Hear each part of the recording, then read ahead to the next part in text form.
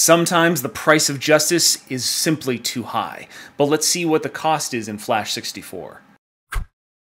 What's up everybody, I'm Stan and welcome to Detail Comics, where we go over comics in detail. This is an irate review, the show where I go over a comic book, its story, its art, give you my impressions and let you know whether it's something you need to go back to the comic book shop for or not. Make sure you subscribe to get more of these every single week. The book I want to talk about right now is The Flash number 64, which is part 2 of the Price of Justice crossover between Batman and The Flash, written by Joshua Williamson. So in this issue, we're going to get a further development of this kind of crime scene case that Batman's been tracking down for quite some time and The Flash just got roped into, which deals with Gotham Girl, Gotham, and possibly even Bane. But let's dive in and see what Joshua Williamson's got in store. In Batman number 64, we were introduced to the price of justice, and in Flash 64, part 2 of the 4-part crossover between Batman and the Flash written by Joshua Williamson, we're introduced to the price of innocence. And what we found last issue is that Claire Clover, Gotham Girl, is trying to resurrect her brother by the help of some sort of Venom, and we see a shadowy figure in the background listening to her overall monologue about why she's doing these things for her brother. He was her inspiration, he was the greatest champion of her, and that's why she's going to become the greatest hero of them all. Overall, this doesn't do anything for the tensions between the Flash and Batman. While they're both kind of internalizing and not necessarily talking to each other, they're thinking about what each one is doing, what each one's thinking, how they're reacting, and how they could best accommodate them, because they haven't been the closest of friends since they reached roadblocks in the investigation of the murderer of Wally West. And while they pay each other compliments knowing that he's the best forensic analyst, Batman's the best detective, they are still conflicted. But when a clue reveals that there's some sort of foreign island that they need to travel to, they race over there, but again, the tensions tend to rise. They stumble upon this giant castle that seems to be abandoned, which was, of course, Flash scouting the rest of the island, even though Batman considered it uninhabited. But with the speed of the fastest man alive, it's easy to cover that kind of real estate. However, it's offset when Iris calls. Iris is still reeling from the loss of Wally West and finds Batman personally responsible instead of Barry Allen because of, well, a number of different things, and Flash chooses not to open up the Iris conversation with Batman, meaning that the difference and the divide between these two friends is still relatively large.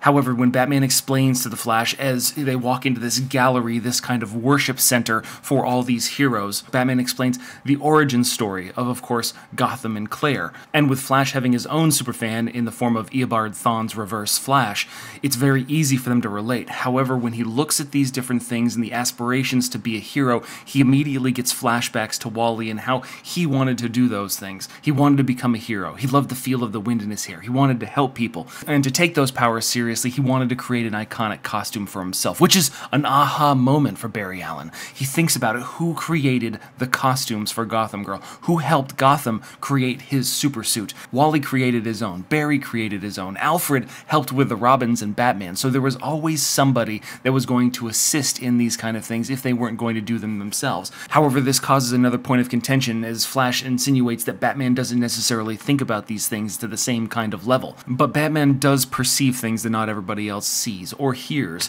as he notices buzzing coming down the hallway. It leads them to this giant test tube chamber setup where there are tons of prototype Gothams and Gotham Girls that have been there and are now in various states of decay and death. Of course, Flash, being the forensic analyst and being very capable with chemicals, he goes through reverse engineers and comes up with a solution that this is Venom. It's a trap, and somebody wanted them to find this place. But they also wanted Barry to find the mask of the psycho-pirate that was at Sanctuary. The same kind of setup that Batman used to help out heroes has somehow made it here. And of course, Claire was likely a patient there, which is a huge issue with Barry Allen, but not as huge an issue as when Claire comes crashing through the wall, holding a new canister of Venom. As she's going to the selection of samples, throws it into the control panel, and all of a sudden, whoosh, we see Gotham's resurrected, a whole host of undead and freshly resurrected superheroes that are going to give Batman and Flash a run for their money. Gotham Girl feels like she was abandoned. Even when she needed Batman the most, he wasn't there. He left her to try to settle her problems on her own. She wanted to be a hero. She was looking for the path to become a hero, and if she dies as a hero, what better way to go? Of course, she's trying to emulate not her brother's favorite hero in Gotham, but the greatest hero of all time, as she quotes "up, up, and away," leaving Flash and Batman to battle off these resurrected undead Gothams, while she carries out a message to a police department. And that's where we end issue number 2 of The Price. And The Price is going to continue to change. It's going to be another theme when it comes to issue 3, another theme when it comes to issue 4, which is going to take place over Batman 65 and Flash 65. So Joshua Williamson is continuing this continuity, laying on references to heroes in crisis, but not necessarily providing us with a lot of information or details, because that's a story that Tom King is telling. However, he is utilizing the skill set or the character creation of Tom King in Gotham and Gotham Girl and this entire setup, as well as the underlying pretense that Bane is somehow behind this downfall of Batman, and it's continuing this theme, which is a real pleasurable break from the Nightmare storyline. I wouldn't necessarily say that it's the best executed. Overall, the tensions between Batman and Flash seem to be well-founded, however, their reactions aren't necessarily what I would expect. However, what kind of fun is a story you can predict everything about? The art from Rafa Sandoval is a really big change from Guillaume March from the last issue, and overall you can see that the proportions are very different. They're a lot more in line with things. They're a little bit more realistic rendering in things like faces and bodies. The proportions, the anatomy is very solid, and the renderings of the actual backgrounds are really good too. But his art is seemingly going to be limited to the Flash series as we go back to March in Batman number 65. I'd say that The Price is continuing along pretty well, and I'm wondering what kind of impact it's going to have on the Bane storyline, and if we're going to get any kind of clues regarding Heroes in Crisis that would complement that story as well.